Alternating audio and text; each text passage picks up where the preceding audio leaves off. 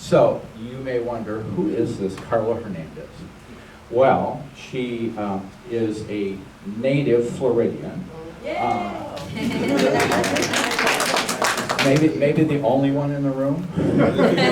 Anyone else a native Floridian? Okay, well, so we have two. So, well, you guys are native from Florida. I'm from North Dakota, so I could get further away, but not by much. So, anyway, so native Floridian, the daughter of immigrants, and she was the first person in her family to graduate from college. She went to International University for her undergraduate, and Saint something or other for her master's. I've forgotten. I should have reviewed my notes. Sorry about that. You remembered a lot. Well, we'll get there. So she is from Hialeah, Florida, and taught special ed for 10 years.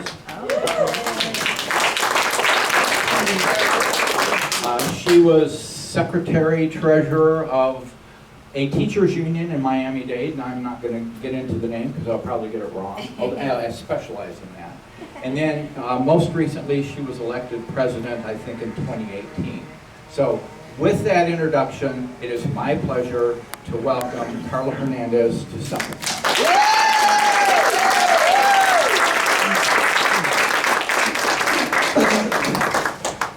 Well, good morning, everyone. Good morning. So, my name's Karla Hernandez. I have two kids, an 8-year-old and a 13-year-old. Wow. So we get going early in the morning. Our mornings are early, and I know you all don't have children that you gotta get moving, but some of you are early birds. Some of you could have still been sleeping. So to those of you that could have still been sleeping, thank you all so very much for being here. So I'll tell you a little bit about myself. I come from a very humble beginning. My parents are both immigrants from Honduras. Can you hear me okay? Yeah. Okay. So my parents are both immigrants from Honduras. My dad was an accountant by trade. When he came to this country, he had to make ends meet, and he worked, whatever he could do. And at that time, he was a farm worker. He cut sugar cane, he picked tomatoes in the Everglades, and worked really hard under the Florida sun. And one day somebody tapped him on the shoulder and said, "Hey, I'd like you to become, have you considered becoming a carpenter? Because there's a lot of skilled laborers that are going into the construction industry." So my dad became a carpenter, he joined the union, and he taught me the importance of elevating and lifting people and working hard to promote the middle class. So I learned that very early in life. We lived in a 2-bedroom, 1-bath house, 5 of us. Oh, wow. And I had the honor, the privilege of a lifetime, because my roommate was not only my grandmother, but she was also my bedmate. I shared my bed with my grandmother. My grandmother died 2 years ago at 99 years old. And my grandma was just an amazing human being. She cared so much. She always tried to give back to the community. I am from a little place called Hialeah. Has anybody heard? You guys are from out of state. I want to know how popular Hialeah is. This is how I'm testing it. Anybody know about Hialeah? We got 1, 2 people, 3 people, 4. All right. I feel like I'm taking bets here. Okay, so we have about 5 folks that know about Hialeah. So Hialeah is a very Hispanic Latino community. So I grew up there. And so my parents, taught me a lot about kindness and giving back and making sure we could help people. So my grandmother, I was telling you about her, when I was in high school, I realized that she had been hiding something from me for a very long time. She did not know how to read or write. She was 9 years old when she started working in somebody's kitchen in Honduras. No child labor laws, no, equality or equity for women. They didn't see her as, a full human being, I guess, where they didn't need to provide her with an education. And so when I grew up and went to college, I decided that I wanted to give back to the community as well, because that's something that was instilled in me. I wanted to be a teacher. And I became a special education teacher. But I really did it because I wanted all children to understand and realize that no matter what your race is, your gender, what background, your parents' income, your zip code, that every child is important, special, and everyone should have access to high quality public education.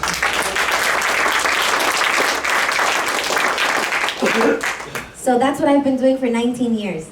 This is my 19th year in Miami-Dade County Public School System. I have, both of my kids are part of our public school system. Love what we do. We are the 4th largest teachers union in the United States. So we have almost 16,000 members in Miami-Dade. So it's not a small task. It's a very big task, but a task that fills my heart because I believe in advocating for children, in advocating for education, and making sure that working people have the respect and dignity that they deserve with the work that they do.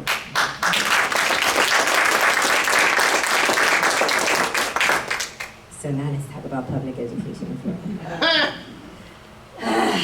Okay, let's all breathe in. Let's all relax, okay? So, what's going on with the state of education in Florida? It's horrible. And I have my colleague here, Mark. He's a president, local president. We've been doing this advocacy work for a while now. It's not easy. It's very difficult to do and be passionate about what we're passionate about, and have so many setbacks. So we're 48th in the nation in how we pay teachers. Think about that. 48. No wonder there are 9,000 vacancies in the state of Florida. And that's just the monetary aspect of it. Let's talk about the politics of it. So our school systems have been hyper politicized.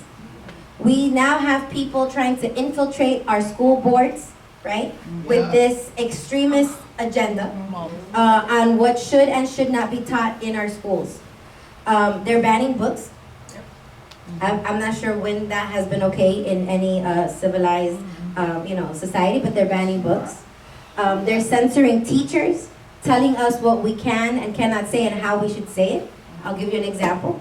They're uncomfortable with the word slavery, so they want us to use the term involuntary relocation. Can you believe that? Can you believe that? Teachers are truth tellers. That's what we do, right? We have former teachers in the house, former librarians in the house. We have a lot of educators in this room right now. We're truth tellers. We say the good, the bad, and the ugly. Why? Because we don't want to repeat the same mistakes over and over again. And so, we have so many policies and so many things that have been changing throughout the years that are really stifling education. And that is a big mistake. When you stifle education, when you hinder the knowledge of children, you make ignorant communities. Ignorant communities. And that's part of the plan, right? That's part of the plan. Let's defund public schools. Let's make sure that educators don't have the resources that they need so that we can continue to perpetuate, these, the vicious cycle that they're perpetuating right now. Teachers, and I've never seen this before, teachers have never been attacked so much like they're being attacked right now. And personally. It's crazy. It's crazy. It's beyond my belief. I cannot believe it. So all these things are happening in education, right? They're attacking public schools, they're attacking teachers, they're creating these fantastical stories, right? About what teachers teach and do not teach, which are not true, right? They're all fictionalized, right? They're all fictional, and they're all out here because they want you to look over here so that we don't talk about the real issues that are happening here, right? What are the issues that our communities care about? Affordability. People are being priced out. People are being priced out of their communities. They cannot afford the insurance hikes that are happening right now. We just had a terrible, terrible hurricane come through. And my partner, he's my special assistant. He's my body man. He's my driver. He's my go-to everything, Brendan. We just came from Fort Myers yesterday. We were doing some relief work out there. It is devastating to see the little that people have left. So guess what's going to happen to everybody's insurance in the state of Florida? It's going to rise, right? Because there's a lot of people that we're finding out that never bought homeowners insurance because they had to make a decision. Am I going to pay for homeowners insurance or am I going to feed my family? That's an easy choice. I'm going to feed my family. And so because it hasn't been addressed, everybody is taking on, that extra load. When Charlie Crist was governor, he dropped that. He punched back. He made sure that he had the insurance companies, that they were accountable to him. And so he lowered insurance property prices. We have to do the same. We have to get back to it. There's something called the Sadowski Fund. It's for, workforce housing affordability, making sure that people have access to affordable homes. We gotta get back to it. That has been a fund that has been rated for like 15 years for pet projects. We gotta get back to that. We also know that as a woman, our rights are being attacked, right? Our rights are being attacked. I stand on your shoulders. I know there's a lot of freedom fighters in this room. Yes. A lot of freedom fighters. Yes. You all have been fighting, trying to make sure that me and my little girl and all little girls had access to be treated as equals. We've had those rights for 50 years. And all of a sudden they're telling us you're a second-class citizen. It's not okay. It's not okay. Women should have the freedom, the liberty to make decisions about their bodies with their families, period. That's it. Government should not be involved in any of that. And we're hearing that. No exception for rape or incest. Think about that. Rape or incest. No exceptions. That's not it. That's not where it ends. He wants to completely ban abortion. And he's going to continue to take away people's rights. When they go after one person's rights, you better be careful because they're coming for you next. Right? In Jacksonville, 2 African American congressional districts were gerrymandered out of their voting blocks. Yeah. He's trying to suppress the vote. Okay? He's trying to suppress. That happened this session with this governor. It was his map. He's suppressing the vote. So they're taking away women's rights. They're taking away voting rights. They're not addressing affordability. They're attacking teachers. I mean, all of this is going on. And people are concerned and people are starting to see it. So here's what I want you to know.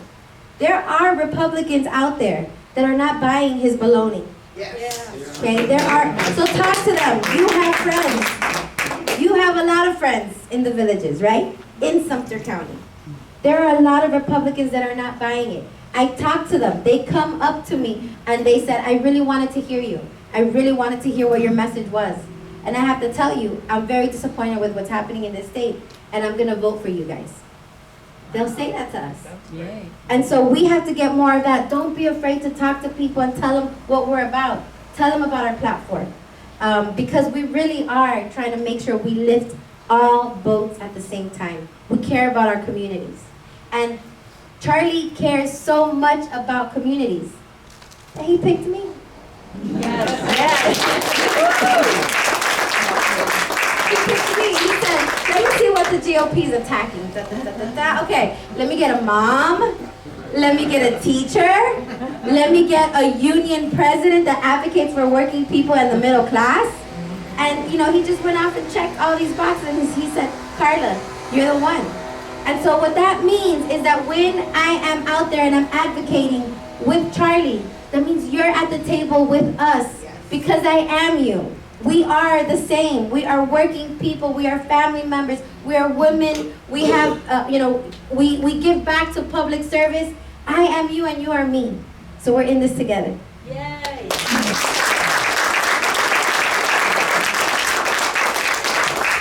So I want you to know this is my first time here. Yeah. I've heard a lot of fantastical ideas and stories about this place.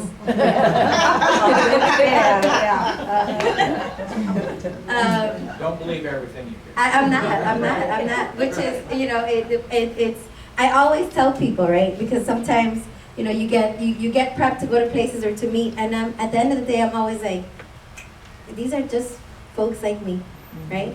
And we have to come and to every spot, in the state of Florida, meet as many people as possible and just share our stories.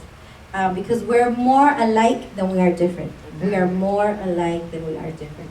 And so just as people, want to sometimes put you in, in a silo for maybe where you live or where you come from, we have to be better than that and beyond that. So I am so thrilled to be here. If you want more information about our platform, please go to charliechrist.com. You'll find there, all the issues that we stand on, what we're fighting for. You can make a donation there too. CharlieChris.com. Charlie Chris for governor if you want to make out a check. But we're working really hard. We're working really hard, and we're going throughout all the state to make sure that the word gets out. And Brendan just told me that the Charlie Chris Karla Hernandez bus is gonna roll through here sometime soon. I don't know. Yeah, by the end of the weekend, we're told, but it may be early next week because the bus is dropping off Materials for this area. as well as Yeah, a yeah. mobile disaster relief center now as well. So Right. we're collecting goods to send to Southwest Florida. All right. So it'll come through here. I'd like to open it up to questions, so raise your hands and I'll get you the mic. 2 questions. He's looking at his watch, so that's okay. We're flexible. So we have time for 2 questions. So, all right, here we go.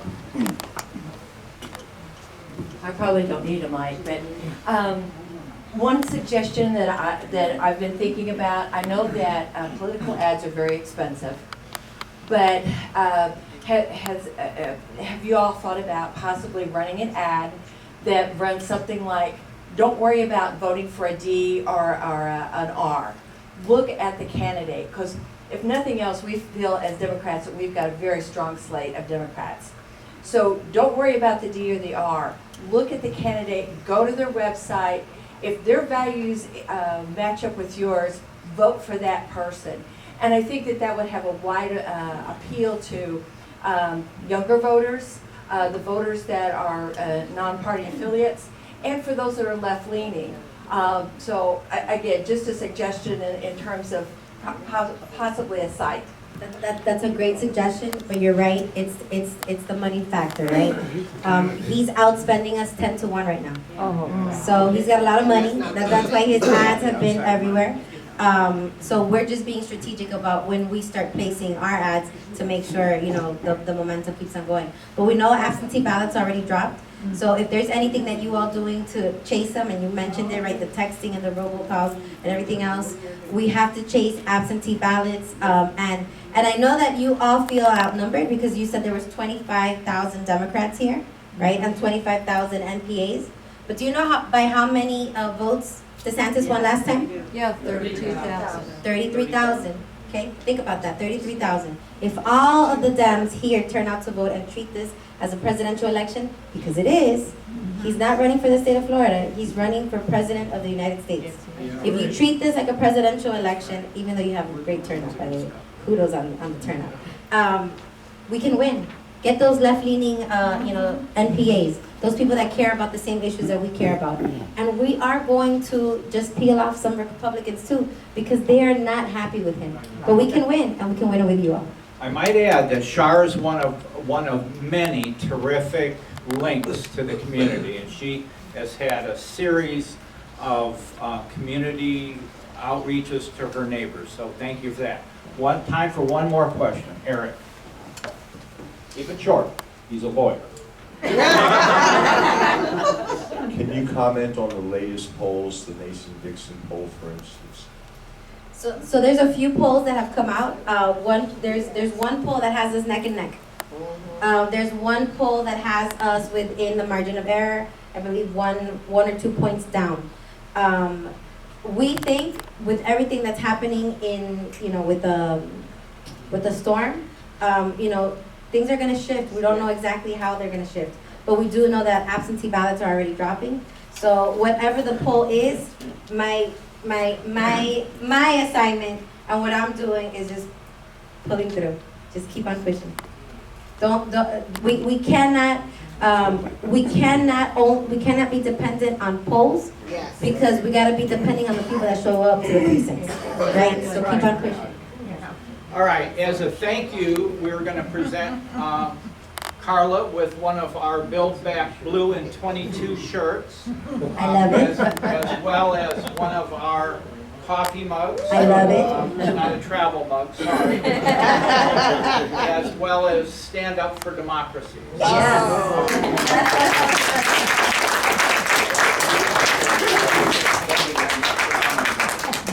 Thank you all very much. It's been a pleasure. Thank you so much for coming.